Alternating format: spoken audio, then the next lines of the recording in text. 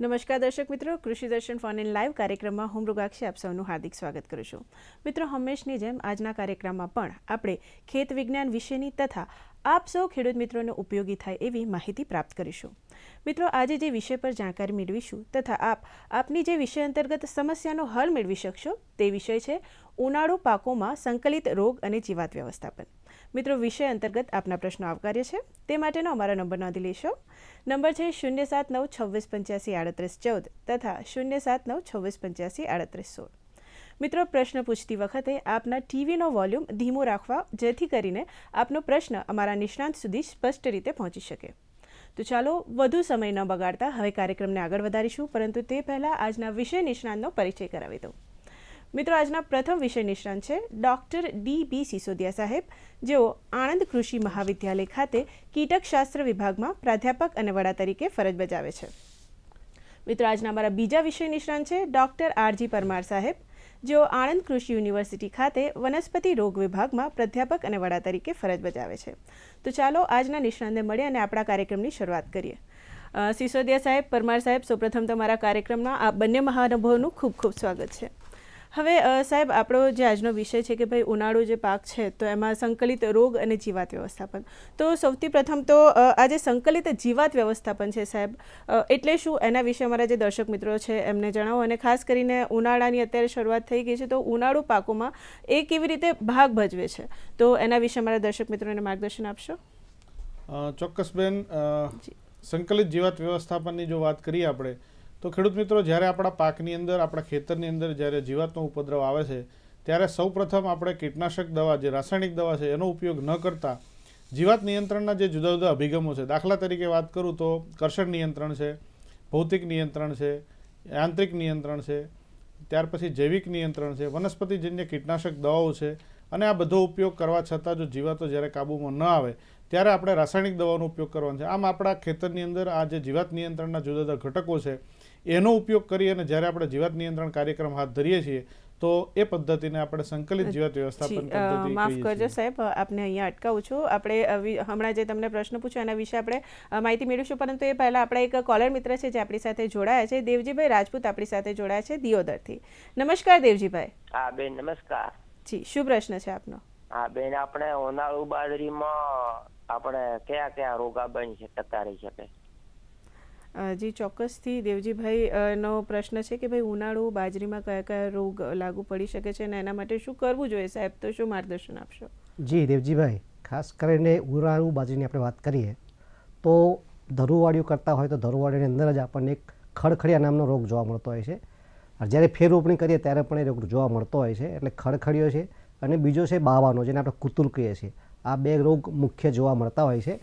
તો જ્યારે આ બિયારણ આપણે ઉપયોગ કરતા હોય તો સૌથી પ્રથમ આપણે નિયંત્રણ માટે ખાસ કરીને બીજ માવજત છે, એમાં કાર્બનડાઇઝિન છે અથવા થાયરમ છે, આ કોઈ પણ એક ફૂગનાશકનો આપણે 2 થી 3 ગ્રામ મુજબ પટ આપીને વાવેતર કરીએ તો શરૂઆતથી જે ધરુવાળીમાંથી જે આપણો ખડખડિયો આવતો હોય આપણે નિયંત્રણ કરી શકીએ છીએ. જ્યારે પછીની અવસ્થા જ્યારે રોપણી કરીએ છીએ ત્યારે પછી પાન નીચે સફેદ છારી બચી જતી હોય છે, એના આપણે ડાઉનની મીડિયું પણ કહીએ છીએ અથવા તળસારો પણ કહીએ છીએ. તો એના માટે પણ આપણે બીજ માવજત આપવાની છે. અને ઊભા પાકમાં જ્યારે રોગ જોવા મળતો હોય ત્યારે આપણે ખાસ કરીને મેન્કોજેબ છે એ આપણે 10 લીટર પાણીમાં 27 ગ્રામ અથવા મેટાલેક્ઝિલ MZ એ પણ એ મુજબ, એટલે કે 10 લીટર પાણીમાં 27 ગ્રામ મુજબ ઓગાળીને છંટકાવ કરીશું તો આ બંને રોગનું આપણે સારી રીતે નિયંત્રણ કરી શકીશું. જી બિલકુલ. અનેક કોલર મિત્ર છે જે આપણી સાથે જોડાયા છે. ચંદુભાઈ કાનોરે આપણી સાથે જોડાયા છે કેશોદથી. એમનો પ્રશ્ન સાંભળી લઈએ. નમસ્કાર ચંદુભાઈ. હવે સિસ્ટર, આપણે તલની અંદર જીવાત માટે છે ને, જીવાત અને રોગ માટે એટલે સુકારો આવે છે ફૂગનાશકનો, તો જૈવિક આપણે ફૂગનાશકમાં ઉપયોગ કરવો હોય તો કઈ રીતે કરવાનો? વનસ્પતિ કોઈ ઉપયોગ કરો? ખૂબ જ સરસ પ્રશ્ન છે સાહેબ આપનો કે ભાઈ તલના પાકમાં અમને જાણવું છે કે ભાઈ સુકારાનો રોગ ના આવે, રોગ અને જીવાતને લઈને, તો એના માટે શું કરવું જોઈએ અને ખાસ કરીને જૈવિક પદ્ધતિ અપનાવવી? જી, આપણે જે વાત કરીએ મુજબ તલની અંદર ખાસ કરીને ઉનાળાની અંદર એક મૂળનો કોહવારનો રોગ આવતો હોય છે. એટલે જૈવિકમાં આપણે વાત કરીએ, ખાસ કરીને આપણે જૈવિક ફૂગનાશક જે ટ્રાયકોડર્મા આપણે કહીએ છીએ એ 100 કિલો છાણિયા ખાતરમાં 2.5 કિલો મુજબ મેળવી અને 10 થી 15 દિવસ સંવર્ધન કરીએ અને વાવવાનું હોય પહેલાં ચાસમાં આપીને જો આપણે વાવણી કરીશું તો જે મૂળનો સુકારો છે, મૂળનો કોહવારો છે, એ આપણે શરૂઆતની અવસ્થામાંથી રોકી શકતા હોઈએ છીએ. તદુપરાંત રોગ પ્રતિકારક જાત જે આપણે ખાસ કરીને આપણી જે 3 નંબર છે 5 નંબર છે એનો ઉપયોગ કરીશું તો શરૂઆતથી જ આવા જે રોગો છે આપણને ખાસ કરીને તલની અંદર જે મૂળનો કોવારો છે આપણે નિયંત્રિત કરી શકતા છીએ. ઊભા પાકમાં કદાચ આપણને જોવા મળે ઉનાળામાં ખાસ કરીને તો પિયત બાબતે આપણે ખાસ ધ્યાન રાખવાનું છે. ખાસ કરીને જ્યારે પિયત આપતા હોય કાં તો સવારે આપીએ અથવા સાંજના સમયે આપીએ, જેથી કરીને ઉનાળાની ગરમીમાં આ રોગ વિશેષ પ્રમાણમાં જોવા મળતો જ્યારે પાણી આપણે બપોરના ટાઈમે આપતા હોય તો પાણીની વ્યવસ્થા પણ આપણે એ પ્રમાણે કરવાની છે. સાથે સાથે ઊભા પાકમાં જ્યાં એકલ દોકલ છોડ દેખાતા હોય તો એ છોડની આજુબાજુ ખાસ કરીને આપણે કાર્બાન્ડેઝિમ છે 10 ગ્રામ 10 લીટર પાણી અથવા ટેબુકોના જળ છે જે 10 લીટર પાણીમાં 15 મિલીનું ઓગાળી રોગિષ્ટ છોડ અને આજુબાજુના 10થી 15 છોડની અંદર જો ટૂવા આપીશું તો આપણે રોગને આગળ વધતો અટકાવી શકીશું. સાથે સાથે આપણે આ રોગનું આપણે સારી રીતે નિયંત્રણ કરી શકીશું. જી બિલકુલ. હવે અનેક કોલર મિત્ર આપણી સાથે જોડાયા છે. દેર પાટણથી આપણી સાથે જોડાયા છે ધીરજભાઈ રબારી. એમનો પ્રશ્ન સાંભળી લઈએ. નમસ્કાર ધીરજભાઈ. નમસ્કાર ડીડી ગન્નાર પરિવાર તેમજ મહેમાનોને પણ નમસ્કાર. જી, શું પ્રશ્ન છે આપનો? મારો પ્રશ્ન એ છે કે આપણે ઉનાળુ પાકોમાં રોગ જીવાત જે સંકલિત રોગ જીવાત બાબતે ઓર્ગેનિક રીતે આ રોગોનું નિવારણ કરવું તો આ વિશે સાહેબથી માર્ગદર્શન આપશો. ચોક્કસથી સાહેબ, શું માર્ગદર્શન આપશો એમને? જી હવે આપણે વાત કરીએ છીએ ઓર્ગેનિક એટલે કે સજીવ ખેતીની. તો સજીવ ખેતીની અંદર પણ ઘણા બધા ઘટકો છે. એમાં ખાસ કરીને આપણા જૈવિક ફૂગનાશકો છે જે આગળ મેં વાત કરી પ્રમાણે ટ્રાયકોડર્મા છે, એને સંવર્ધન કરાવીને આપણે બીજ માવજત છે અથવા ઊભા પાક અથવા વાવતા પહેલાં છાણિયા ખાતર જોડે સંવર્ધન કરીને આપીએ તો શરૂઆતથી જ આપણે જે કંઈ રોગો આવતા હોય છે જમીનજન્ય છે એનું આપણે નિયંત્રણ કરી શકીએ છીએ. બીજજન્ય રોગો માટે એ જ પ્રમાણે ટ્રાયકોડર્મા છે આપણે ખાસ કરીને 1 કિલો બિયારણ હોય તો બીજની જે સાઇઝ છે એટલે એનું કદ છે એ મુજબ 8થી 10 ગ્રામ મુજબ પટ આપીને વાવેતર કરીએ તો જૈવિક નિયંત્રણ આપણે કરી શકતા હોય છે. વનસ્પતિની આપણે વાત કરીએ ખાસ કરીને તો જે ખાસ કરીને વિષાણુજન્ય રોગો જે છે, ખાસ કરીને આપણે વાત કરીએ કે આપણા મગ છે, અડદ છે, તલ છે, આવા પાકની અંદર વિષાણુજન્ય રોગોનું પ્રમાણ વિશેષ જોવા મળતું હોય છે. ત્યારે ઓર્ગેનિકની અંદર આપણે વાત કરતા હોય અથવા આપણે પ્રાકૃતિકની વાત કરતા હોઈએ તો જુદા જુદા વનસ્પતિ છે જેવા કે બોગનવેલિયા છે, કેક્ટસ છે, લીમડાનું પાનનો રસ છે, આ જે છે એ 2 થી 5% દ્રાવણ બનાવીને આપણે છંટકાવ કરીએ તો વિષાણુજન્ય રોગોની કોઈ વિષાણુ જેમ આપણે ફૂગનાશક હોય તે કોઈ એવી દવા નથી કે વાયરસના રોગોનું આપણે આ રીતે નિયંત્રણ કરી શકીએ. પણ વિષાણુજન્ય જે કંઈ રોગો છે એ ચૂસ્યા પ્રકારની જીવાતથી ફેલાતા હોય, ચૂસ્યા પ્રકારની જીવાતના નિયંત્રણ થકી આ વિષાણુજન્ય રોગોનું આપણે નિયંત્રણ કરી શકતા હોય. સાથે સાથે રોગ પ્રતિકારક જાતો આપણે વાવવી જોઈએ જેથી કરીને આપણો ખેતી ખર્ચ ઘટાડીને રોગમુક્ત આપણો પાક તૈયાર કરી શકતા હોઈએ છીએ. તો મેં વાત કરીએ એ પ્રમાણે મગની આપણે વાત કરીએ તો મગની અંદર ખાસ કરીને આપણી પાસે અમારી આણંદ કૃષિની 2 જાત છે, 5 નંબરની છે, 8 નંબરની છે. એવી જ રીતે નવસારીની પણ 7 નંબરની જાત છે. તો આવી જાતો મગની અંદર ખાસ કરીને અડદનું જો આપણે વાવેતર કરતા હોય તો ખાસ કરીને અમારી ગુજરાત આણંદ અડદ 4 એનું જે નામ છે શ્યામલ છે એટલે એ પ્રતિકારક જાત છે બધા જ રોગ સામે. તો આવી જાતોનો ઉપયોગ કરી શકીએ આપણે તો શરૂઆતથી જ આપણા જે કંઈ રોગો છે આપણા ઉનાળુ પાકોમાં ખાસ કરીને આપણે નિયંત્રણ કરી શકતા હોઈએ છીએ. જી, ખરેખર સાહેબ ખૂબ જ સરસ માર્ગદર્શન આપ્યું અમારા જે કોલર મિત્ર છે એમને. દર્શક મિત્રો, ઉનાળુ પાકોમાં સંકલિત રોગ અને જીવાત વ્યવસ્થાપન, તો આ વિષય અંતર્ગત માહિતી અને માર્ગદર્શનનો દોર આમ જ ચાલુ રહેશે, પરંતુ અહીંયા સમય થઈ ગયો છે કે નાનકડા વિરામનો લઈએ એક વિરામ.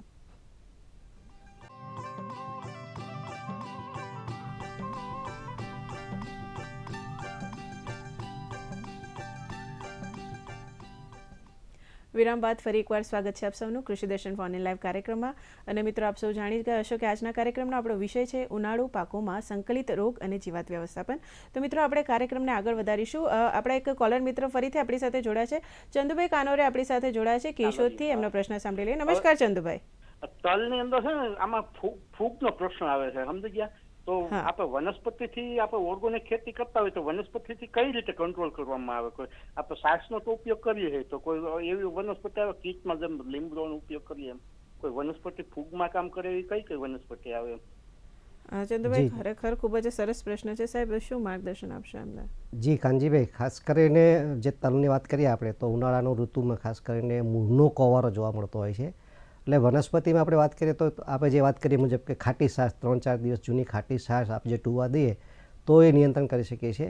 ખાસ કરીને વનસ્પતિમાં જે જોઈએ આપણે ખાસ કરીને તો પંચગવ્યની વાત કરીએ આપણે તો પંચગવ્યના ટૂવા દઈ શકીએ છીએ આપણે ખાસ કરીને. બીજું છે જીવામૃત છે, બરાબર છે. જીવામૃતની અંદર પણ આપણે જે છે 10 લીટર પાણીમાં 50 મિલી મુજબ ઓગાળી અને ટુવા દઈએ છીએ તો શરૂઆતથી જ આ રોગ આપણે કાબૂમાં લઈ શકીએ છીએ. બરાબર છે. હવે સાહેબ આપણે વાત કરી રહ્યા હતા સંકલિત જીવાત વ્યવસ્થાપન વિશે, અને જેમ આપણે જણાવ્યું કે ભાઈ આ જીવાત વ્યવસ્થાપન શું છે, આ સાથે બીજું આપણે માહિતી મેળવી છે કે ભાઈ આ જે જીવાત વ્યવસ્થાપન છે, સંકલિત જીવાત વ્યવસ્થાપન ખાસ કરીને, તો ઉનાળુ પાકોમાં આ જીવાતોના નિયંત્રણમાં શું મહત્વ છે? ચોક્કસ બેન, આમ તો જો આપણે વાત કરીએ તો ચોમાસાની સરખામણીમાં ઉનાળુ પાકોનું જે ખેડૂતો વાવેતર કરે છે એની અંદર એકંદરે જીવાતોનો ઉપદ્રવ થોડો ઓછો રહેતો હોય છે. છતાં પણ ઉનાળુ પાકોની વાત કરીએ, અત્યારે મગનું વાવેતર લગભગ થઈ ગયું હશે અને કોઈ ખેડૂતો પાછોતરા વાવેતર કરવાના હશે તો અત્યારે ચાલુ જ હશે. તો એ મગના પાકની અંદર આજે એક થડમાખી નામની જે નવી જીવાત છે એ થોડા સમયથી આપણા ધ્યાન પર આવેલી છે. જો ખેડૂત મિત્રોએ એમાં બીજ માવજત મગના પાકની અંદર આપેલી હોય તો એ થડમાખીનો જે ઉપદ્રવ છે એ ઉપદ્રવ આપણે ઘટાડી શકીએ છીએ. તદુપરાંત જો જે હમણાં ડૉક્ટર પરમાર સાહેબ જે વાત કરતા હતા એ પ્રમાણે જે તે પાકોની આપણે પ્રતિકાર શક્તિ ધરાવતી જાતોનું જો વાવેતર કરીએ તો એવી જાતોની અંદર જીવાતોનો પણ ઉપદ્રવ ઓછો આવતો હોય છે. ત્યારબાદ જે ઈયળ વર્ગની જીવાતો છે, દાખલા તરીકે લીલી ઈયળ છે, લશ્કર ઈયળ છે, આ બધી ઈયળોના નિયંત્રણ માટે આપણે ફેરોમેન ટ્રેપ આવે છે, જે હેક્ટરે આપણે 40 ફેરોમેન ટ્રેપ હેક્ટરે આપણે લગાવીએ તો આપણા પાકની અંદર આ જીવાતોનો જે ઉપદ્રવ છે એ ઉપદ્રવ આપણે ઘટાડી શકીએ છીએ. તદુપરાંત સંકલિત જીવાત વ્યવસ્થાપનના ઘટક તરીકે આપણે જે પ્રકાશ પિંજર છે, 1 હેક્ટરે 1 પ્રકાશ પિંજર જો આપણા વાડીની અંદર, આપણા ખેતરની અંદર ઇન્સ્ટોલ કરી અને રાત્રે સાંજે 8થી રાત્રે 11 વાગ્યા સુધી આપણે જો આ લાઇટ ટ્રેપમાં ચાલુ રાખીએ તો ઘણી બધી જીવાતો જે છે એના પુખ્ત કીટકો એની અંદર આકર્ષે અને મરી જતા હોય છે. અને તદુપરાંત વનસ્પતિજન્ય કીટનાશક જે અત્યારે ડૉક્ટર પરમાર સાહેબ વાત કરતા હતા એ પ્રમાણે જીવાત નિયંત્રણની અંદર પણ જે લીમડાની બીજની મીંજ છે એનું 5%નું પ્રવાહી દ્રાવણ બનાવી અને આપણા પાકની અંદર વત્તા ઓછા પ્રમાણની અંદર જો ઉપદ્રવ હોય અને છંટકાવ કરીએ તો શરૂઆતની અવસ્થામાં જ આપણે જીવાતના નિયંત્રણ માટે સારામાં સારા પરિણામો આપણે મેળવી શકીએ છીએ. જી, ખૂબ જ સરસ. એક કોલર મિત્ર છે આપણી સાથે જોડાયા છે, ઉકાભાઈ આહિર આપણી સાથે જોડાયા છે ધ્રોડથી. એમનો પ્રશ્ન સાંભળી લઈએ. નમસ્કાર ઉકાભાઈ. નમસ્કાર બેન, પરમાર સાહેબને નમસ્કાર. મારો શું પ્રશ્ન પ્રશ્ન છે, ઉનાળુ પાકમાં બાજરીમાં કઈ જાત વાવી શકાય અને રોગ નિયંત્રણ કરી શકાય અને આ પાક કેટલા દિવસમાં પાકી જાય? બરાબર છે સાહેબ, શું માર્ગદર્શન જી જી આપશો? ઉકાભાઈ, હમણાં જ મેં વાત કરી મુજબ આપણે એક ખેડૂત મિત્રે આ જ પ્રકારનો એક પ્રશ્ન આપણને પૂછવામાં આવેલો હતો. એમાં ખાસ કરીને આપણી જે બીજ નિગમની જે છે 558 નામની જાત છે, ખાસ કરીને ગુજરાત હાઇબ્રિડ બાજરી, શંકર બાજરી 558, એ જાતનું આપણે વાવેતર કરીએ તો એમાં રોગ અને જીવાતના પ્રશ્નો ઓછા આવતા હોય છે. ક્યાંક આપણને રોગ જોવા મળે તો શરૂઆતથી જ આપણે મેં વાત કરી પણ બીજ માવજત છે, ખાસ કરીને આપણે કાર્બન્ડેજીમ અથવા થાયરમ જે આપણે 1 કિલો બિયારણે 3 ગ્રામ મુજબ પટ આપીને વાવેતર કરીએ તો શરૂઆતમાં જે તળ આપણે વાત કરીએ ખડખડિયો આવતો હોય છે કે તળ સારો આવતો હોય છે એને આપણે નિયંત્રણમાં લઈ શકીએ છીએ. જી બિલકુલ. હવે સિસોદિયા સાહેબ, આપણે ઉનાળુ પાકની વાત કરી રહ્યા છે અને ખાસ કરીને જો વાત કરીએ ઉનાળુ પાકમાં કઠોળ પાકોની, તો ગુજરાત રાજ્યની જો આપણે વાત કરતા હોઈએ તો ઉનાળુ કઠોળ પાકોમાં મુખ્યત્વે કઈ કઈ જીવાતો જોવા મળે છે અને એના માટે ખેડૂત મિત્રોએ કયા કયા પગલાં લેવા જોઈએ જેથી કરીને આ જીવાતનો ઉપદ્રવ ના થાય, તો શું માર્ગદર્શન આપશો? ચોક્કસ બેન, જે હું હમણાં વાત કરતો તે પ્રમાણે ઉનાળુ મગની અંદર એક થડમાખીનો પ્રશ્ન હોય છે, જેના નિયંત્રણ માટે આપણે શરૂઆતથી જ જો બીજ માવજત આપેલી હોય તો આ થડમાખીનો જે ઉપદ્રવ છે એ આપણે મહદઅંશે કાબૂમાં લઈ શકતા હોય છે. તદુપરાંત આમ તો ખેડૂતો આપણી પ્રતિકાર શક્તિ ધરાવતી જાતોનું વાવેતર કરતા હોય છે તો પીળી નસનો જે રોગ છે એ મગના પાકની અંદર આવતો નથી. ધારો કે આપણે આણંદની જે પરમાર સાહેબ વાત કરતા હતા એ પ્રમાણે 5 નંબરની જાત છે, 8 નંબરની જાત છે, એની અંદર જે પીળી નસનો રોગ છે એ આવતો નથી. બાકી જો અન્ય જાત વાવી હોય તો આ જાતની અંદર આ રોગનો જે ફેલાવો છે સફેદ માખી દ્વારા થતો હોય છે. હવે સફેદ માખીના નિયંત્રણ માટે આપણે જે પીળા ચીકણા પિંજર છે, પીળા ચીકણા ટ્રેપ છે, સ્ટીકી ટ્રેપ જેને કહીએ છીએ, એ સ્ટીકી ટ્રેપ આપણા ખેતરની અંદર અમુક અંતરે આપણે ઊભા કરી દેવા જોઈએ, જેથી સફેદ માખી છે એ સફેદ માખી જ્યારે એક છોડ ઉપરથી બીજા છોડ ઉપર વાયરસના કણો સાથે વહન કરતી હોય ત્યારે આ સ્ટીકી ટ્રેપ ઉપર ચોંટી જાય અને એ રીતે આપણે એનું નિયંત્રણ કરતા હોય છે. તદુપરાંત આપણે જે સિસ્ટેમિક શોષક પ્રકારની કીટનાશક દવાઓ છે, દાખલા તરીકે ઇમિડાક્લોપિડ છે, થાયોમિથોક્ઝામ છે, આવી શોષક પ્રકારની જે કીટનાશક દવાનો છંટકાવ આપણા ખેતરની અંદર કરી દઈએ તો જે આ સફેદ માખી છે કે જે વાયરસનું વહન કરતી હોય એને આપણે સારી રીતે નિયંત્રણ કરી શકીએ છીએ. સાથે સાથે લીલા તડતડિયા છે અથવા તો મોલોમસી છે, આ પ્રકારની જીવાતોનું પણ આપણે ઉનાળુ જે કઠોળ પાકો છે એની અંદર આપણે સારી રીતે નિયંત્રણ કરી શકીએ છીએ. પાકની પાછળથી અવસ્થાની અંદર જ્યારે ટપકાવાળી ઈયળ જોવા મળે ત્યારે આપણા ખેતરની અંદર આપણે એમામેક્ટિન બેન્ઝોઇટ દવા જે 10 લીટર પાણીની અંદર 5 ગ્રામ પ્રમાણે ઓગાળી અને જો છંટકાવ કરીએ તો જે ઈયળો જે ખાસ કરીને સિંગોને કોરી ખાતી હોય એની ઉપર આપણે કાબુ મેળવી શકીએ છીએ. જી બિલકુલ. હવે પરમાર સાહેબ, આપણે જેમ ઉનાળુ પાકોમાં આપણે વાત કરી કઠોળ પાકોની ખાસ કરીને, તો એમાં જીવાત વિશે વાત કરી, તો હવે આપણે ઉનાળુ પાકોમાં કઠોળ પાકોમાં ખાસ કરીને કયા કયા રોગ જે છે ગુજરાત રાજ્યમાં જે છે એ લાગી શકે છે અને એના નિયંત્રણ માટે ખેડૂત મિત્રોએ કયા કયા પગલાં લેવા જોઈએ કે શું કાળજી રાખવી જોઈએ?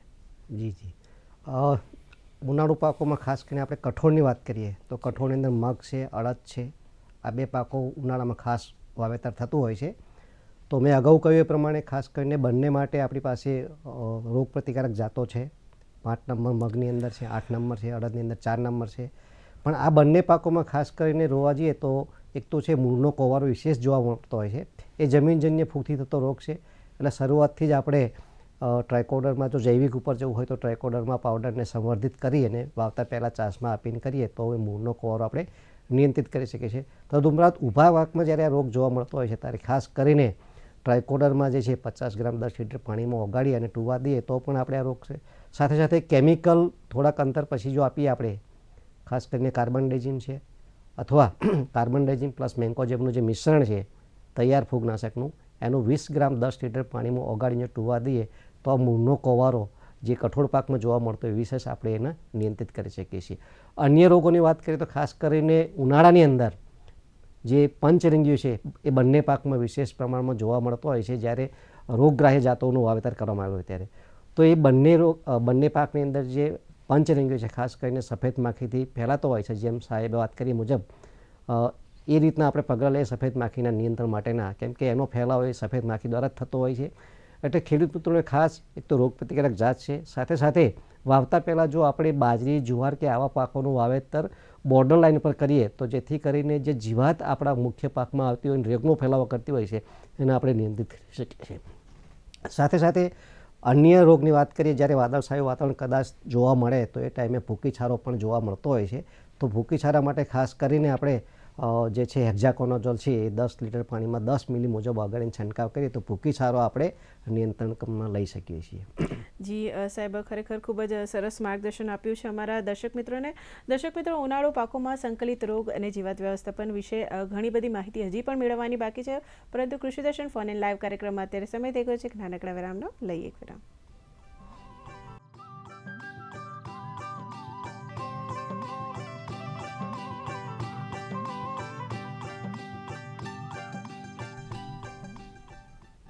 વિરામ બાદ ફરી એકવાર સ્વાગત છે આપ સૌનું કૃષિ દર્શન ફોન ઇન લાઈવ કાર્યક્રમમાં. મિત્રો, આજના કાર્યક્રમનો આપણો વિષય છે ઉનાળુ પાકોમાં સંકલિત રોગ અને જીવાત વ્યવસ્થાપન.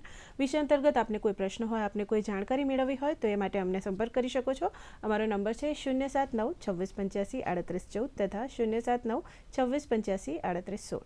તો મિત્રો, કાર્યક્રમને હવે આગળ વધારીશું.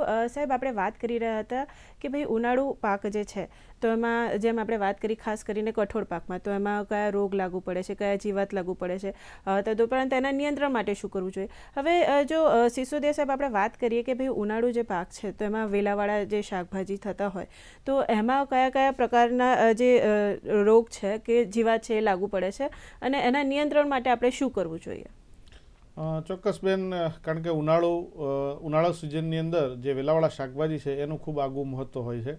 અને જો એ વેલાવાળા શાકભાજીની જીવાતોની વાત કરીએ તો સૌથી પહેલાં તો એની અંદર એક પાનકોરિયા નામની જીવાત આવે છે, ત્યાર પછી રાતા અને કાળા મરિયા નામની જીવાત છે, અને સૌથી જે અગત્યની જીવાત છે તે ફળમાખી છે. હવે વેલાવાળા શાકભાજીની અંદર જે ફળમાખી દ્વારા ફળોને સીધું નુકસાન થાય છે એના લીધે ખેડૂતોના આર્થિક નુકસાન ઘણું મોટું થતું હોય છે.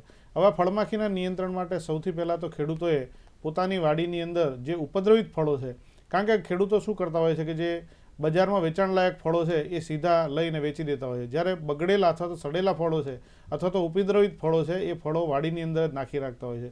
હકીકતમાં એ ફળોની અંદરથી પાછી ફળમાખીના કીડા જમીનની અંદર જઈ કોશેટા બનાવી અને ફરી પાછી માખી તૈયાર થઈ અને એમના ફળની અંદર નુકસાન કરતી હોય છે. એટલે હંમેશા આપણે પહેલું વાડીની ચોખ્ખાઈ રાખવી જોઈએ. ઉપદ્રવિત ફળો છે એનો આપણે યોગ્ય રીતે નાશ કરવો જોઈએ, નિકાલ કરવો જોઈએ. તદુપરાંત આપણે માફ કરજો સાહેબ, આપને અહીંયા અટકાવું છું. આપણે આનો જવાબ ચોક્કસથી મેળવીશું, પરંતુ એક કોલર મિત્ર છે જે આપણી સાથે જોડાયા છે. ધીરુભાઈ કચોટ આપણી સાથે જોડાયા છે ઉનાથી. નમસ્કાર મેડમ. હાજી નમસ્કાર, શું પ્રશ્ન છે આપનો આપણે ધીરુભાઈ? સિસોદિયા સાહેબને એવું પૂછવા માંગુ છું, દીવની બાજુમાં છે હવામાન થોડુંક ઝાકળનું પ્રમાણ વધારે રહે છે, તો અત્યારે હું અડદને વાવી શકવાની છેલ્લી ડેટ કઈ ને ક્યાં સારા આવે ને એ માર્ગદર્શિકા પૂછવા માંગુ છું. ને શું પેલા પટ આપવો જોઈએ? અમારે અહીંયા જીવાતનું પ્રમાણ અત્યારે સવારે 5 વાગે ઉઠો તો એકલી જીવાત જ ઉઠતી હોય છે, તો વાવવા પહેલા શું કાળજી લેવી પડે? તો હા. સિસોદિયા સાહેબ જરીક માર્ગદર્શિકા હા આપજો. ધીરુભાઈ, આમ તો તમને વાત કરું કે અત્યારે આજે જે આપણે તારીખ છે એ 15 તારીખ થઈ ગયેલી છે, એટલે કદાચ આપના વિસ્તારને અનુરૂપ એ સમયગાળો યોગ્ય છે કે કેમ એ કદાચ તમે જાતે પોતે નક્કી કરી શકશો. કારણ કે જો આપણે મોડું વાવેતર કરશું તો જ્યારે આપણા જે અડદ છે, અડદ પાકી જવાની પરિસ્થિતિએ કદાચ જો વરસાદ વહેલો એકાદ ઝાપટું આવી જાય તો આપણા પાકને નુકસાન કરે. એટલે તમે તમારા અનુભવના આધારે સમયગાળો નક્કી કરી શકશો. પહેલો પ્રશ્ન. ત્યારબાદનો આપનો જે પ્રશ્ન છે કઈ જાત, તો જે પરમાર સાહેબ ક્યારના પણ વાત કરતા હતા કે અહીંયા અમારી આણંદ કૃષિ યુનિવર્સિટીથી શામલ નામની જે જાત છે અડદની એ ખૂબ જ સારી છે અને એની અંદર જે પીડિયા નામનો જે રોગ છે એ રોગ પણ આવતો નથી, એ રોગ સામે પર પ્રતિકાર શક્તિ ધરાવે છે. હવે આ બે બાબત પછી જો આપે આ અડદનું વાવેતર કરવાનું જો નક્કી કરી લેતા હોય અને જો જીવાતોનો ઉપદ્રવ વધુ રહેતો હોય તો બે જે દવાઓ છે, ખાસ કરીને ઇમિનાક્લોપ્રિડ અથવા તો થાયોમિથોક્ઝામ, આ બંને દવા પૈકી કોઈ પણ એક દવાની માવજત જો આપી અને જો અડદ આપને વાવવા હોય તો વાવશો તો શરૂઆતના લગભગ 30 દિવસ સુધી આપના પાકની અંદર જે જીવાતો છે એ જીવાતોનો ઉપદ્રવ આપ કંટ્રોલ કરી શકશો. બરાબર છે. સાહેબ, આપણે વાત કરી રહ્યા હતા જેમ કે ભાઈ વેલાવાળા શાકભાજી વિશે, અને તમે જણાવ્યું કે એક તો ફળમાખી છે, આ સિવાય અન્ય કઈ કઈ જીવાતો હોય છે અને એના નિયંત્રણ તરીકે શું કરી શકાય? હા ચોક્કસ બેન, કારણ કે ફળમાખી બહુ અગત્યની જીવાત છે અને એના નિયંત્રણની જે હું વાત કરતો હતો એમાં સૌથી પહેલાં જે છે એ આપણે વાડીની ચોખ્ખાઈ રાખવી જોઈએ. તદુપરાંત આપણે 1 હેક્ટરે 16 જેટલી ફળમાખીની જે ટ્રેપ છે, કારણ કે ફળમાખી ઘણા બધા પ્રકારની હોય છે, એમાં જે વેળાવાળા શાકભાજીની ફળમાખી છે એને નિયંત્રણમાં રાખવા માટે આપણે ક્યુલ્યુર નામની જે ટ્રેપ છે એ ટ્રેપ આપણા ખેતરની અંદર હેક્ટરે 16ની સંખ્યાની અંદર આપણે ઇન્સ્ટોલ કરી દેવાની છે.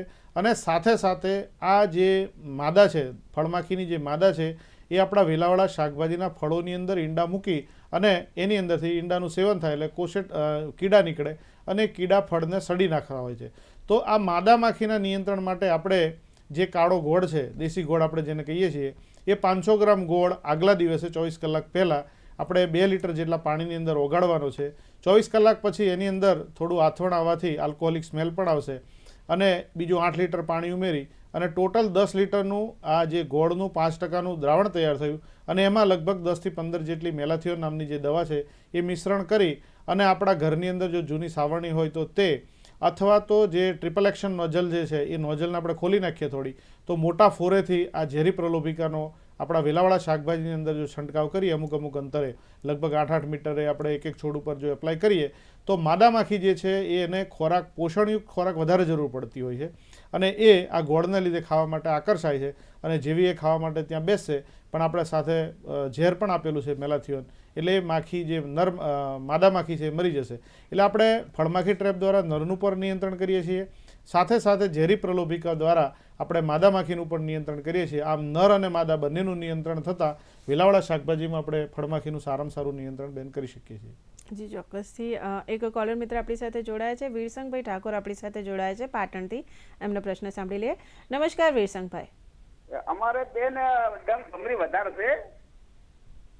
હેલો, હાજી બોલો. પેટી ખરી ને? હેલો. હા વીરસંગભાઈ, સૌથી પહેલા તો છે ને તમારા ટીવીનો વોલ્યુમ છે બંધ કરી દો. હા બંધ જ છે બેન. બરાબર છે, તો હવે તમારો પ્રશ્ન જણાવો. અમારે ડંખ ભમરી વધારે છે ટેટીમાં. જી સાહેબ, શું વીરસંગભાઈ, તમારો પ્રશ્ન તમે ભમરી બોલ્યા એટલે મને ખ્યાલ આવી ગયો. ટેટી અને આપણા પાટણ બાજુ ઉત્તર ગુજરાતમાં ટેટીનું સારું એવું વાવેતર થાય છે. એટલે જે હમણાં જો વેલાવાળા શાકભાજી માટે વાત કરતો હતો એ જ બાબત આપણા ટેટીને પણ લાગુ પડશે, કારણ કે એની અંદર પણ જે માખી આવે છે એ માખી તમે જો ધ્યાનથી જોયું હશે તો પાંખો ઉપર બદામી રંગના ટપકા હોય છે. એટલે અંગ્રેજીમાં અમે એને બેક્ટ્રોસેરા કુકરબિટી નામની જે તરબૂચની માખી છે એ જ માખી આપણા ટેટીની અંદર આવે છે. એટલે એની અંદર પણ આ જ બાબત લાગુ પડશે. તો સૌથી પહેલાં જે આપણે ઉપદ્રવિત ટેટી હોય એ ટેટી આપણી વાડીની અંદર પડી ન રહેવા દેતા આપણા ખેતરના ખૂણામાં ઊંડો ખાડો ખોદી અને આવી ઉપદ્રવિત જો ટેટી હોય તો એની અંદર દબાઈ અને એની અંદરથી ફરી નવી માખી તૈયાર ના થાય એની આપણે સાવચેતી અથવા તો એવા પગલાં લેવાના છે. તો ત્યાર પછી બીજી બાબત મેં તમને ફળમાખી ટ્રેપ કીધી, એ ક્યુલ્યુર ટ્રેપ ખાસ યાદ રાખજો, પેન હોય તો લખી લેજો. ક્યુલ્યુર ટ્રેપ જે છે એ બજારની અંદરથી લાવી અને હેક્ટરનો વિસ્તાર હોય તો 16 ટ્રેપ આપણે મૂકવાની છે, અને એ ટેટી જમીન ઉપર પાથરેલી હોય તો લગભગ 1.5-2 ફૂટ ઊંચાઈએ આપણે લાકડાનું એક રોપી દંડી અને એની સાથે આ ટ્રેપ બાંધી દેવાની છે. એટલે જેટલા નર હશે આપની વાડીમાં એ બધા આકર્ષાઈ અને એની અંદર મરી જશે. અને આપણે અઠવાડિયે જે ઝેરી પ્રલોભિકા મેં કીધું તમને, કાળો ગોળ 500 ગ્રામ 10 લીટર પાણીમાં અને મેલાથિયોન નામની જે દવા છે એ 10 થી 15 મિલી મિશ્રણ કરી અને મોટા ફોરે આપણા ખેતરની અંદર, હું તો કહું અઠવાડિયે 10 દિવસ છે આપણે એને રિપીટ કરવાનું છે. તો જે માદા હશે એ માદા પણ મરી જશે. એટલે નર અને માદા બંનેનું આપણે નિયંત્રણ કરશું તો આપણા ટેટીની અંદર આજે તમે ભમરી બોલ્યા છો એ ખરેખર ફળમાખી છે. ઘણા ખેડૂતો એને સોનમાખી પણ કહે છે. એનું સારામાં સારું નિયંત્રણ થશે તો ટેટી અથવા તો તરબૂચના પાકની અંદર આ જીવાતથી આપણે બચી શકીશું. જી ચોક્કસથી સાહેબ, ખૂબ જ સરસ માર્ગદર્શન આપ્યું અમારા દર્શક મિત્રોને. દર્શક મિત્રો, કૃષિ દર્શન ફોન ઇન લાઈવ કાર્યક્રમમાં અત્યારે સમય થઈ ગયો છે એક નાનકડા વિરામનો. લઈએ એક વિરામ.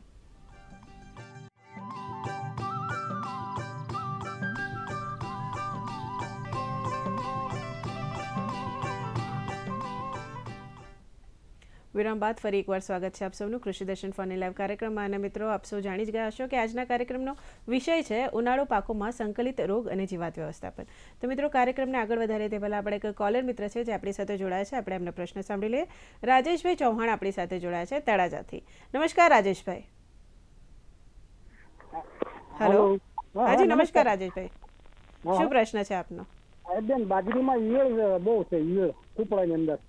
બરાબર છે. તો સાહેબ શું માર્ગદર્શન આપશો કે ભાઈ બાજરીમાં ઈયળ પડી ગઈ છે તો એના નિરાકરણ રૂપે શું કરી શકે? ચોક્કસ રાજેશભાઈ, બાજરી, ઉનાળુ બાજરીની અંદર ખાસ કરીને ડુંડાની અંદર જે લીલી ઈયળ છે, લીલી ઈયળનો ઉપદ્રવ હોય છે અને ડુંડામાં ઘણું બધું નુકસાન થઈ જાય જો આપણે યોગ્ય પગલાં ના લઈએ તો. હવે આપણે સૌથી પહેલાં તો જો તમે વનસ્પતિજન્ય કીટનાશકનો વપરાશ ન કર્યો હોય તો આપણે લીમડાની મીંજનું 5% પ્રવાહી દ્રાવણ છાંટીને આપણે શરૂઆતની અવસ્થાની અંદર આ ઈયળોનું નિયંત્રણ કરીએ છીએ. તદુપરાંત જો આપણે જૈવિક નિયંત્રકોનો વપરાશ કરવો હોય અને હજુ બહુ ગરમી ચાલુ નથી થઈ તો એવી પરિસ્થિતિની અંદર આપણે બેસિલસ થુરીની બીટી પાવડર જે છે 10 લીટર પાણીમાં 20 ગ્રામ પ્રમાણે ઓગાળીને છંટકાવ કરીએ તો પણ અત્યારના સ્ટેજે આપણે આ જીવાતોનું નિયંત્રણ કરી શકીએ. પરંતુ જો ઈયળનો ઉપદ્રવ વધારે પડતો હોય તો ચોક્કસ આપણે એમામેક્ટિન બેન્ઝોએટ નામની જે દવા છે એ 5 ગ્રામ 10 લીટર પાણીમાં ઓગાળી અને છંટકાવ કરીએ તો જે ઈયળ અવસ્થાઓ છે એ મરી જશે. અથવા તો ક્લોરેન્ટ્રાનિલિપ્રોલ નામની જે દવા છે 10 લીટર પાણીમાં 4 ml પ્રમાણે છંટકાવ કરશે. પરંતુ ધ્યાનમાં રાખવાની બાબત એ છે, કારણ કે જો પાકટ અવસ્થાએ બાજરી આવી ગઈ હોય તો આપણે કીટનાશક દવાઓનો છંટકાવ કરી શકીએ નહીં, કારણ કે બાજરી આપણે ખાવા માટે ઉપયોગમાં લેવાની હોય. એટલે આપણે દવા છાંટ્યા પછી લગભગ 40 થી 50 દિવસ બાજરી આપણા ખેતરની અંદર ઊભી રહેવાની હોય તો આપણે કીટનાશક દવા છાંટવી જોઈએ. અન્યથા આપણે વનસ્પતિજન્ય દવાઓ અથવા તો જે જૈવિક દવાઓ છે એનો ઉપયોગ આપણે કરવો જોઈએ. બિલકુલ. આપણે એક બીજા કોલર મિત્ર આપણી સાથે જોડાયા છે, બાલાસિનોરથી આપણી સાથે જોડાયા છે જેઠાભાઈ ચૌહાણ. નમસ્કાર જેઠાભાઈ. હાજી હાજી, શું પ્રશ્ન છે આપનો? હેલો. હાજી જેઠાભાઈ, શું પ્રશ્ન છે આપનો? મારે સાહેબ તરબૂચની ખેતી કરી છે, હવે કોકડવા આવી ગયો છે.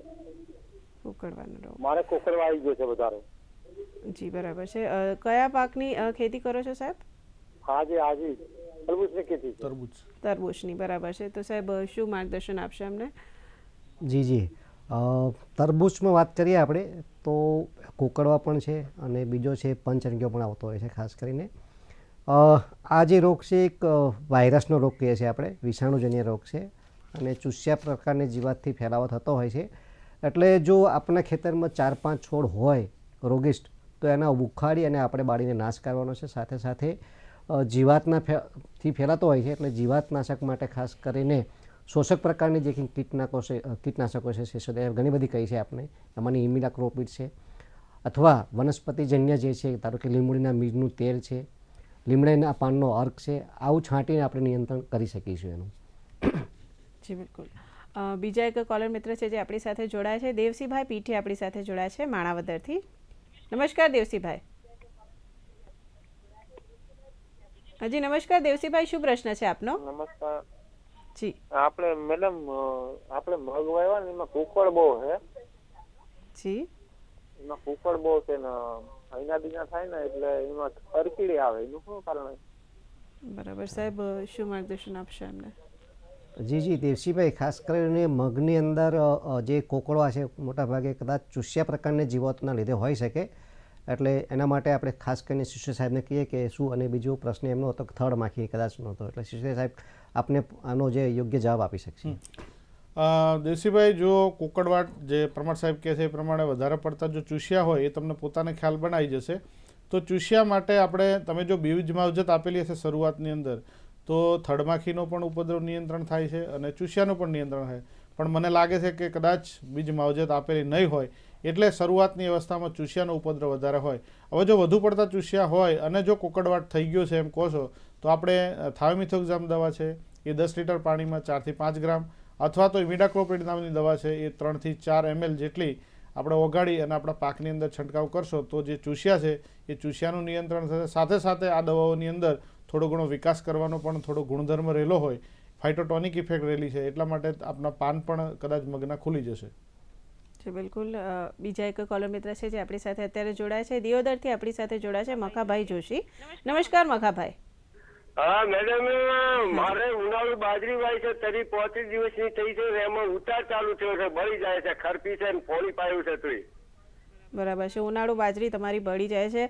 મખાભાઈ, એના માટે તમે અત્યાર સુધી કોઈ ઉપાય કર્યો છે ખરો? એના માટે તમે જેમ કીધું કે તમારી ઉનાળુ બાજરી છે બળી જાય છે, તો તમે કોઈ યુરિયા ખાતર ન છે એને ફોડી પાયું છે બીજું. બરાબર છે સાહેબ, શું માર્ગદર્શન આપશો એમને કે ભાઈ ઉનાળુ બાજરી છે બળી જાય છે તો શું કરવું જોઈએ એમને? જી, આમાં બાજરીમાં ખાસ કરીને રોગોનું પ્રમાણ એટલું આવતું નથી, તેમ છતાંય આપણે એવો પ્રશ્ન હોય અને નજીકમાં કદાચ આપણે ત્યાં કૃષિ યુનિવર્સિટી પણ છે, તો જો આનો બાજરીનો નમૂનો લઈને જશો તો આપણને એનું પ્રોપર નિદાન થઈ શકશે અને આપણે એના પ્રોપર પગલાં લઈ શકીશું. પણ કદાચ જોવા મળે આપણને એક મૂળની અંદર કંઈ કોવાતું હોય તો ખાસ કરીને કાર્બનડાઝિમ નામનું જે ફૂગનાશક છે એ 10 લીટર પાણીમાં 10 ગ્રામ મુજબ ઓગાળી ને ટૂવા દેશો તો જે રોગ આગળ વધતો અટકી શકશે. બરાબર છે. હવે સાહેબ, આપણે ઉનાળુ ઋતુની જો વાત કરી રહ્યા તો ખાસ કરીને ઉનાળુ ઋતુમાં જે બાગાયતી પાકો લેવામાં આવતા છે તો એમાં કયા કયા પ્રકારના રોગો જોવા મળે છે? એના નિયંત્રણ માટે જે ખેડૂત મિત્ર છે પહેલાં શું કરી શકે, શું માવજત કરી શકે?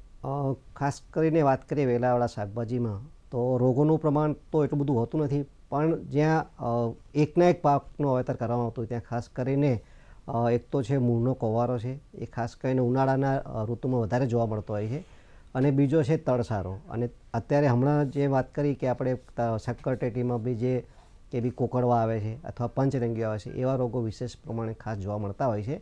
તો ખાસ કરીને પહેલા રોગની વાત કરું હું આપને કે મૂળનો કોવારો છે, મૂળ કોવાઈ જતું હોય છે, તો એના માટે ખાસ કરીને એક તો પાણી આપણે જો કદાચ છૂટું પાણી આપતા હોય તો પહેલું નિયંત્રણ આપણે પાણીમાં કરવાનું છે. ટપકથી આપતા કોઈ પ્રશ્ન છે નહીં, પણ આવા એકલ દોકલ છોડ ક્યાંય રોગ દેખાતો હોય ને એનું પાણી જો તંદુરસ્ત છોડની અંદર જતું હોય તો ત્યાં પણ ચેપ લાગવાની શક્યતાઓ રહેલી હોય તો શરૂઆતની અવસ્થામાં આપણે ખાસ કરીને કાર્બનડાઝિમ છે અથવા કોપર ઓક્ઝીક્લોરાઇડ છે 10 લીટર પાણીમાં 30 ગ્રામ મુજબ ઓગાળી અને રોગવાળા છોડની આજુબાજુ આપણે એને ટૂવા દેવાના છે. અન્ય રોગની વાત કરીએ કે વિષાણુજન્ય જે રોગ છે, ખાસ કરીને આપણા જે શક્કરટેટી અથવા આવા જે દૂધી છે, કારેલા છે, ટીંડોળા છે, આ પાકોમાં ખાસ જોવા મળતો હોય છે અત્યારની ઋતુમાં. તો એના માટે ખાસ કરીને એકલ દોકલ જ્યારે છોડમાં જોવા મળતો હોય તે છોડ આપણે ઉખાડીને ફેંકી દેવો જોઈએ, જેથી કરીને ચૂસ્યા પ્રકારની જીવાતથી રોગનો ફેલાવ આગળ ના વધે. ત્યારબાદ તુરંત જ આપણે શરૂઆતની અવસ્થામાં જેમ સાહેબે વાત કરી એ પ્રમાણે વનસ્પતિજન્ય જે કંઈ આપણી પાસે કીટનાશકો છે એનો ઉપયોગ કરી શકીએ છીએ. રોગનું પ્રમાણ વધારે હોય ત્યારે ખાસ કરીને કોઈ વાયરીસાઇડ નથી એવી વિષાણુજન્ય રોગો આપણે નિયંત્રિત કરી શકીએ, પણ ચૂસ્યા પ્રકારના નિયંત્રણ થકી આપણે આ જે રોગો છે, પંચરંગીઓ છે કે કોકડવા છે, આપણે નિયંત્રિત કરી શક્યા છે.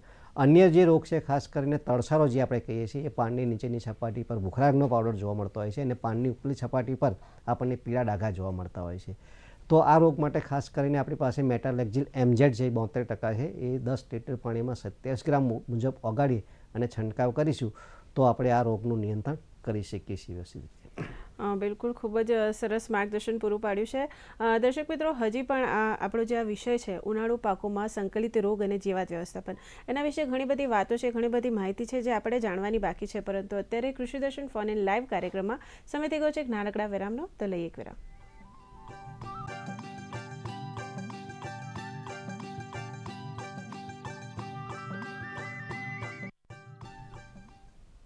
વિરામ બાદ ફરી એકવાર સ્વાગત છે આપ સૌનું કૃષિ દર્શન ફોનની લાઈવ કાર્યક્રમમાં. મિત્રો, કાર્યક્રમને આગળ વધારતા પહેલા આપણા એક કોલર મિત્ર છે જે આપણી સાથે જોડાયા છે. એમનો પ્રશ્ન સાંભળી લઈએ. મફાજીભાઈ વાઘેલા આપણી સાથે જોડાયા છે ગાંધીનગરથી. નમસ્કાર મફાજીભાઈ. હેલો. હાજી નમસ્કાર. શું પ્રશ્ન છે આપનો? અમે મેડમ જુલુડી હોય છે, જુલુડીમાં મચ્છીનો પેલો મોલો કરો છો. જી, તો સાહેબ શું માર્ગદર્શન આપશો કે ભાઈ શું કરવું? ચોક્કસ મફાજીભાઈ, આપણે જો ગિલોડીના પાકની અંદર મોલોમસીનો ઉપદ્રવ હોય, જો ઉપદ્રવ બહુ ઓછો હોય તો આપ વનસ્પતિજન્ય કીટનાશક છે, જો આપ જાતે બનાવી હોય તો પણ લીમડાની મીંજનું 5% પ્રવાહી દ્રાવણ બનાવી શકો છો, અથવા તો બજારની અંદર પણ લીમડાયુક્ત અથવા તો નીમ બેઝ આપણે જે ઇન્સેક્ટિસાઇડ છે તૈયાર મળે જ છે, એ પણ આપ વપરાશ કરી શકો છો. તદુપરાંત જો વધારે પડતો ઉપદ્રવ થઈ જાય અને પાન જો કોકડાઈ જતા હોય, એટલો બધો ઉપદ્રવ હોય, તો ચોક્કસ આપણે શોષક પ્રકારની જે કીટનાશક દવાઓ બજારની અંદર અત્યારે ઉપલબ્ધ છે, એમાં મેં આગળ પણ કીધું એ પ્રમાણે ઇમિડા છે, આપણી થાયોમિથોક્ઝામ છે, ફિપ્રોનિલ છે, બરાબર છે, ડાયફેન્થ્યુરોન છે. આ પૈકી કોઈ પણ એક કીટનાશક દવા જે છે એ એના યોગ્ય પ્રમાણનો આપણા પાકની અંદર જો છંટકાવ કરશો તો જે ચૂસિયા છે, ખાસ કરીને મોલોમસી આપ બોલો છો, એનું સારામાં સારું નિયંત્રણ કરી શકશો. જી બિલકુલ. અને એક કોલર મિત્ર આપણી સાથે જોડાયા છે, રાજુલાથી આપણી સાથે જોડાયા છે મુળુભાઈ વાઘ. એમનો પ્રશ્ન સાંભળી લઈએ. નમસ્કાર મુળુભાઈ. હા બેન. જી, શું પ્રશ્ન છે આપનો? હેલો. એ મારે બાજરી વાવી છે ઉનાળુ મેં, એમાં મને પીળી પડી ગઈ છે, એમાં દવા કઈ છાંટવી હોય અત્યારે? બરાબર છે સાહેબ, શું માર્ગદર્શન આપશો એમને? મુળુભાઈ પ્રશ્ન રિપીટ કરજો જરા, ખ્યાલ ના આવ્યો. બાજરી સિવાય છે ઉનાળુ, આપણે એમાં મેં ખાસ કરી દીધું તો પીળી મારી બાજરી મળતી હતી મારે, એનો વરે ખાંટી મેં, સમજ્યા, બોટલ આપે. ઉનાળુ બાજરી છે તો એમાં એમને પીળી પડી જાય છે, તો શું કરી શકે?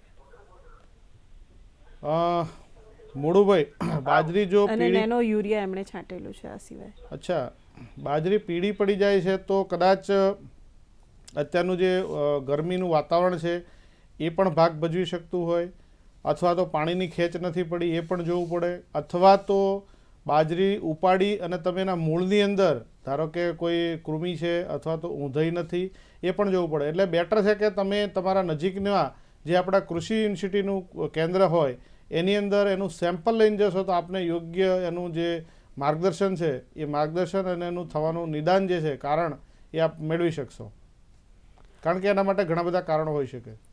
જી બરાબર છે. હવે સાહેબ, આપણે ઉનાળુ પાકની વાત કરી રહ્યા છે અને ખાસ કરીને ઉનાળુ પાકમાં જે છે સંકલિત રોગ અને જીવાત વ્યવસ્થાપન વિશે વાત કરી રહ્યા છે. હવે ઉનાળુ હોય એટલે આંબાવાડિયાની વાત આપણે ચોક્કસથી કરવી જોઈએ. તો ઉનાળા પાકમાં જે આંબાવાડિયામાં વાત કરી અત્યારે, તો કયા પ્રકારની જીવાત વ્યવસ્થાપન એ લોકો કરી શકે?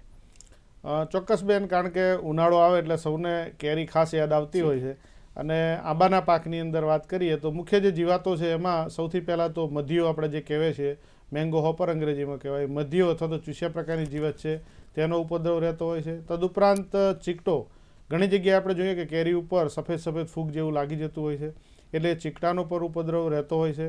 તદુપરાંત ફળમાખી, કારણ કે જેવી કેરી પાકટ અવસ્થાએ આવે છે ત્યારે એ કેરીની અંદર ફળમાખી દ્વારા ડંખ મારવામાં આવે છે અને કેરીની અંદર આપણને કાપીએ તો કીડા જોવા મળે છે, તેનો પણ ઉપદ્રવ રહેતો હોય છે. ક્યારેક ક્યારેક આંબાના થડની અંદર અથવા તો ડાળીની અંદરથી લાકડાના વેર જેવો ભૂકો નીચે ઘરતો હોય છે જમીન ઉપર, તો એ આંબાનો મેઢ જે કહેવાય છે એ પણ ઉપદ્રવિત આપણને જોવા મળતું હોય છે. આમ આ 3-4 જે જીવાતો છે મુખ્ય છે.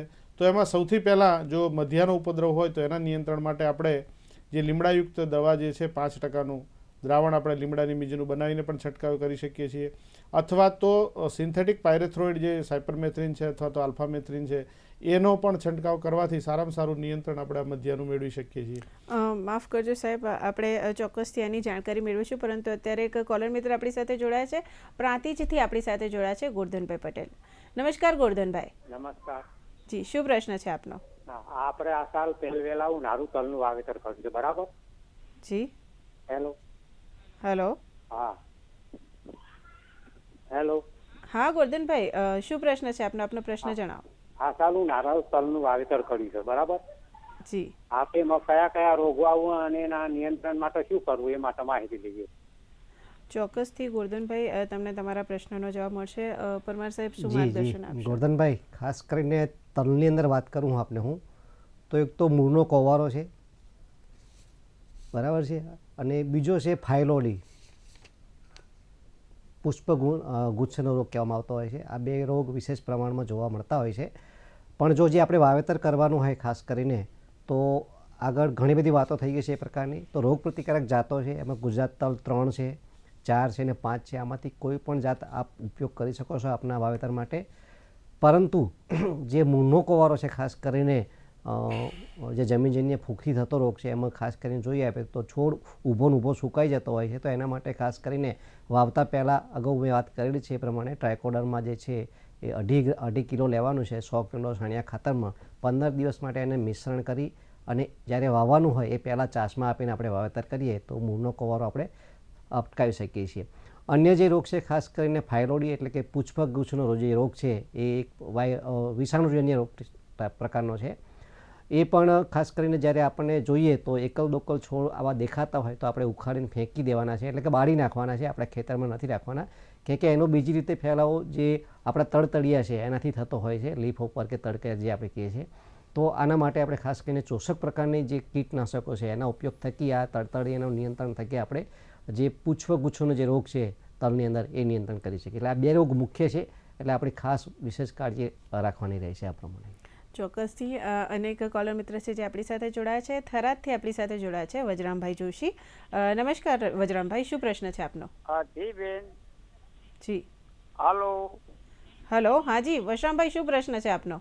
આપને 86M20 બાજરીનું વાવેતર કરેલ છે. જી હાલો. હાજી વજરામભાઈ, આપનો પ્રશ્ન જણાવો. હા, એટલે 86M20 બાજરીનું વાવેતર કરેલ છે અને તેને જીવાત ઉપરથી સટ્ટો ખાય છે. બરાબર છે. બાજરીમાં તમારે જીવાત આવી ગઈ છે, બરાબર? અને નિદામણ અને દવા છાંટી પણ બળ્યું નથી, એટલે સહી દવા વાપરવી પાસે. બરાબર છે. સાહેબ શું માર્ગદર્શન આપશો? વસરામભાઈ, આપનો પ્રશ્ન બહુ ખૂબ સરસ જ છે. જો બાજરીની અંદર શરૂઆતની અંદર જો ચૂસ્યા પ્રકારની જીવાતો હોય તો આપ શોષક પ્રકારની જે કીટનાશક છે એક શોષક પ્રકારની કીટનાશક યોગ્ય પ્રમાણની અંદર આપણા પાકની અંદર છંટકાવ કરી શકો છો. હવે નિંદામણ બાબતે કયા પ્રકારનું નિંદામણ છે એ, અને જો નિંદામણ મોટું થઈ ગયું હશે તો તમે કોઈ પણ નીંદણનાશક વાપરશો તો પણ એનો નાશ નહીં થાય. પણ એ કરતાં આપના ત્યાં થરાદની અંદર કૃષિ મહાવિદ્યાલય આવેલી છે. આપ જે તે નીંદણનું સેમ્પલ લઈ અને આપણી જે કૃષિ કોલેજ છે એ કૃષિ કોલેજની અંદર બતાવશો તો ચોક્કસ આપને યોગ્ય માર્ગદર્શન તેના નિયંત્રણ માટેનું મળી રહેશે. જી બિલકુલ. સાહેબ, હવે આપણે વાત કરી રહ્યા હતા કે ભાઈ આંબાવાડિયામાં ખાસ કરીને થતી જે જીવાત છે તો એની વ્યવસ્થાપન વિશેની, તો એના વિશે આપણે આગળ વાત કરીશું. હા ચોક્કસ બેન, મેં અગાઉ વાત કરી એ પ્રમાણે આપણે જે મધ્યા નામની જે જીવાત છે અથવા તો ચૂસિયા જે હોપર છે એ હોપરના નિયંત્રણ માટે લીમડાની મીજનું 5% પ્રવાહી દ્રાવણ અને યોગ્ય કીટનાશક દ્વારા આપણે એનું નિયંત્રણ મેળવી શકીશું. તદુપરાંત બીજી જે અગત્યની જીવાત છે એ ચીકટો છે. હવે ચીકટો શરૂઆતની અંદર જમીન ઉપરથી એ થડ દ્વારા ફળ સુધી પહોંચતા હોય છે. એટલે અમારી એક બિન રાસાયણિક પદ્ધતિ નિયંત્રણ કરવા માટેની છે કે આપણે લગભગ 1.5 મીટર જેટલી જે પ્લાસ્ટિક છે, 300 ગેજની જે પ્લાસ્ટિક છે એ થડની ગોળ આપણે વીંટી દેવાની છે અને પ્લાસ્ટિક ઉપર આપણે ગ્રીસ છે અથવા તો ચીકણો પદાર્થ લગાવી દેવાનો છે. એટલે જે ચીકટાના બચ્ચા જે છે એ જમીનમાંથી જ્યારે નાના ક્રાઉલર્સ થડ દ્વારા ઉપર ચડતા હોય તો ત્યાં આગળ ચીપકી જાય છે અને એ ઉપર જઈ શકતા નથી. તદુપરાંત જો વધુ ઉપદ્રવ હોય તો આપણે પ્રોફેનોફોસ નામની જે દવા છે એ દવા 10 લીટર પાણીમાં 10 થી 15 મિલી પ્રમાણે ઓગાળી અને છંટકાવ કરી શકીએ.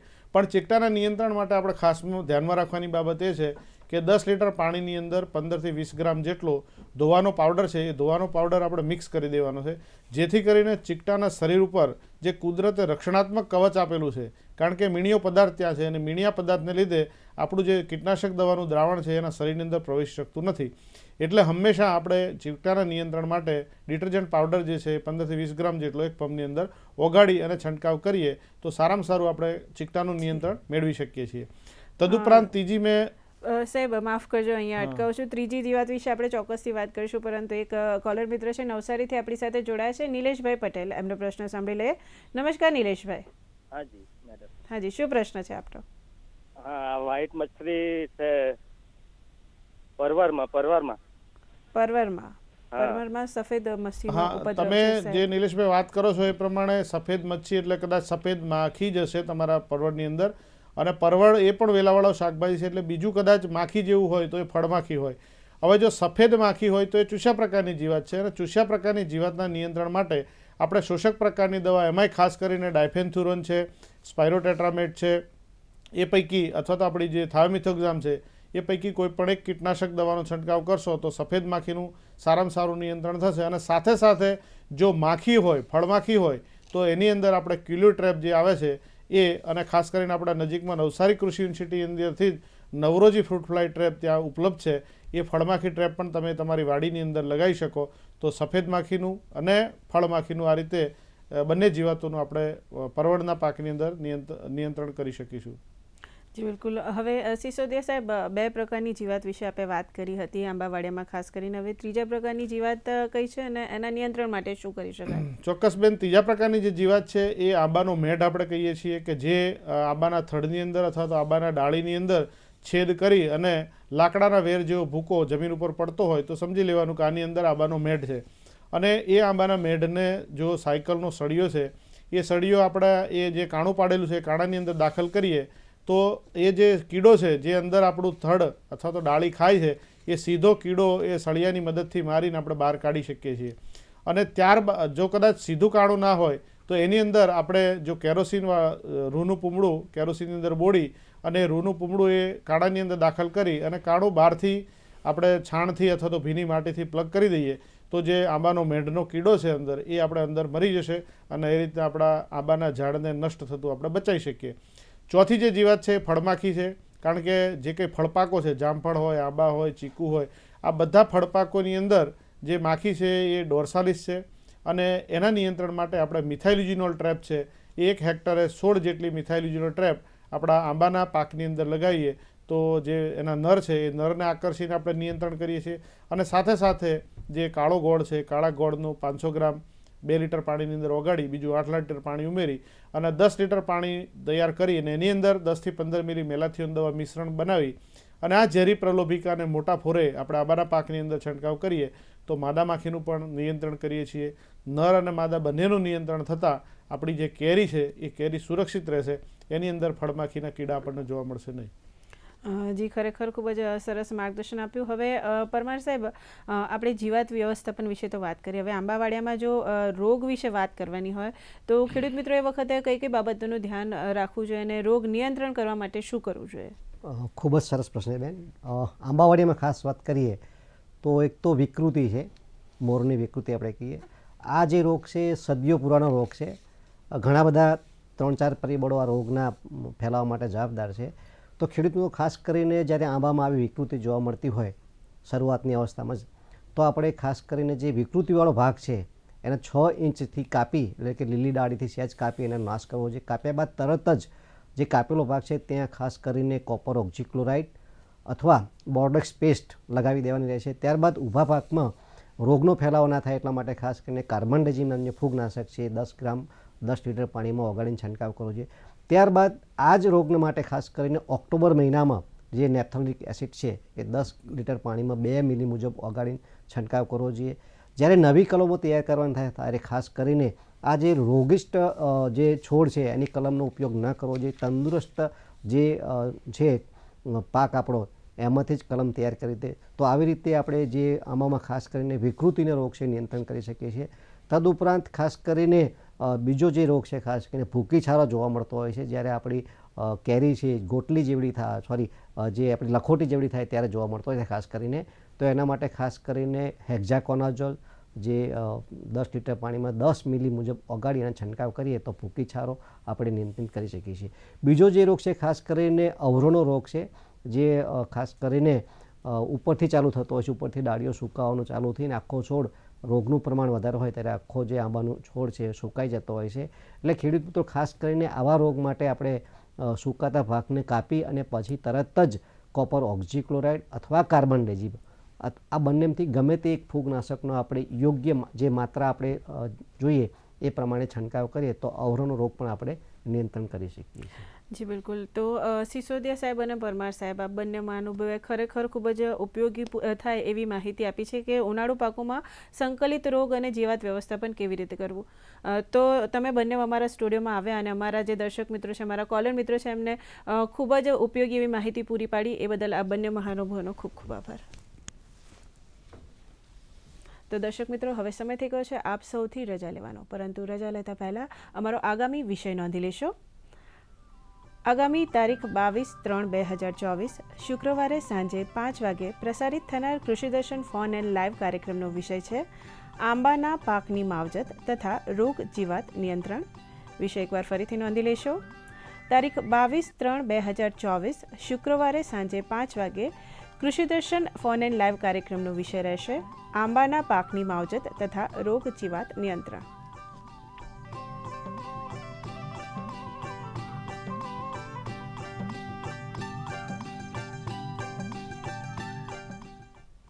તો દર્શક મિત્રો, આશા રાખીએ કે આપને અમારો આજનો કાર્યક્રમ પસંદ આવ્યો હશે.